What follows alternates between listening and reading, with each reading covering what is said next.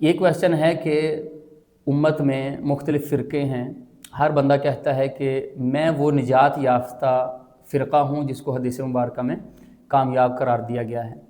حدیث مبارک ہے کہ آپ صلی اللہ علیہ وسلم نے ارشاد فرمایا کہ پچھلی قوموں کی طرح میری امت میں بھی 73 فرقے ہوں گے، ان میں 72 جو ہیں وہ جہنمی ہوں گے، ایک جو ہے وہ کامیاب ہوگا۔ تو صحابہ کرام نے پوچھا کہ اللہ کے رسول وہ کامیاب فرقہ کون ہے؟ تو آپ نے فرمایا کہ ما انا علیہ واصحابی، کہ جو میرے اور میرے صحابہ جس طریقے پر ہیں جو اس پہ قائم ہوگا وہ کامیاب ہے۔ تو اس میں آپ کا یہ کہنا ہے کہ ہر بندہ ہر فرقہ کہہ رہا ہے کہ میں حق پہ ہوں اور میں کامیاب ہوں، دوسرا گمراہ ہے، دوسرا جہنمی ہے۔ تو پہلی بات تو یہ ہے کہ ہمیں یہ دیکھنا ہوگا کہ فرقہ کسے کہتے ہیں۔ اختلاف دو قسم کے ہوتے ہیں، کچھ اختلاف ہیں اصولی، قرآن مجید، احادیث اور اجماع، جو متفقہ چیزیں ہیں، قطعی چیزیں ہیں، یقینی چیزیں ہیں، اس میں اگر کوئی بندہ غلط تعویل کرتا ہے اور ان چیزوں سے ہٹ کے ایک اپنا نظریہ پیش کرتا ہے، اس کو گمراہ فرقہ کہا جاتا ہے۔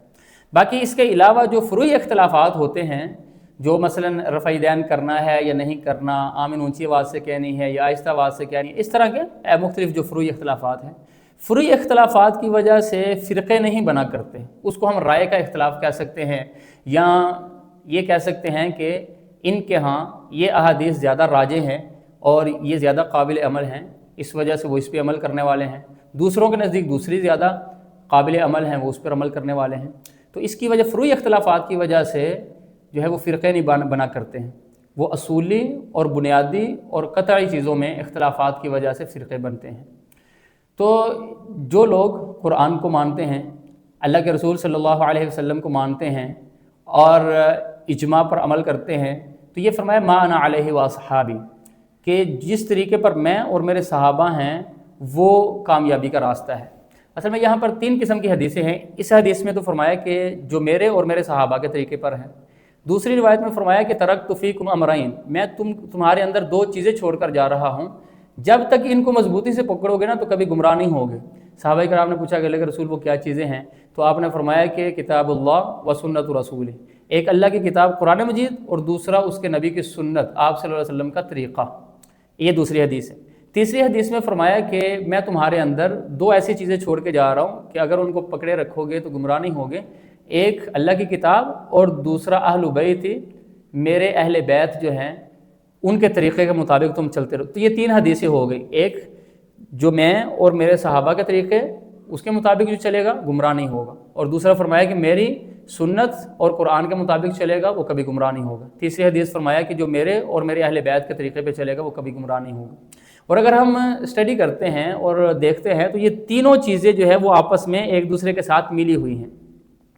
قرآن جو کہتا ہے سنت اس کی تشریح کرتی ہے، آپ صلی اللہ علیہ وسلم کا طریقہ اس کی تشریح کرتا ہے، اور صحابہ کرام اور اہل بیت اس کے مطابق عمل کرتے ہیں، عملی مثالیں اس کی پیش کرتے ہیں، اس کو اپلائی کر کے بتاتے ہیں۔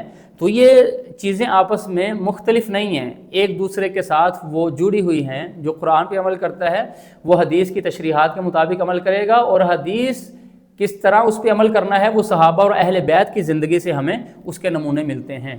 تو اس میں کسی نام کو جو ہے وہ حدیثوں کے اندر فکس نہیں کیا۔ اب یہ بھی ہو سکتا ہے کہ جتنے ہمارے ہاں مختلف ناموں کے فرقے ہیں، ہر ایک کے اندر ایسے لوگ موجود ہوں جو قرآن و سنت، صحابہ اور اہل بیت کے طریقے پہ عمل کرنے والے ہوں۔ تو ہر ایک مسلک کے اندر، ہر فرقے کے اندر جو ایسے لوگ ہیں وہ اس طریقے کے مطابق وہ کامیاب ہیں۔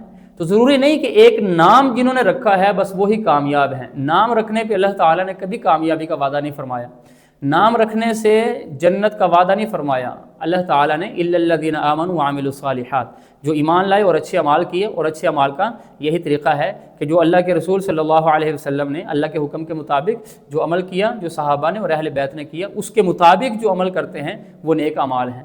تو اس میں ہمیں ناموں کے پیچھے پڑنے کے بجائے ہمیں جو عمل ہے، جو احادیث میں کامیابی کا طریقہ بتایا گیا ہے، اس کو سامنے رکھنا چاہیے۔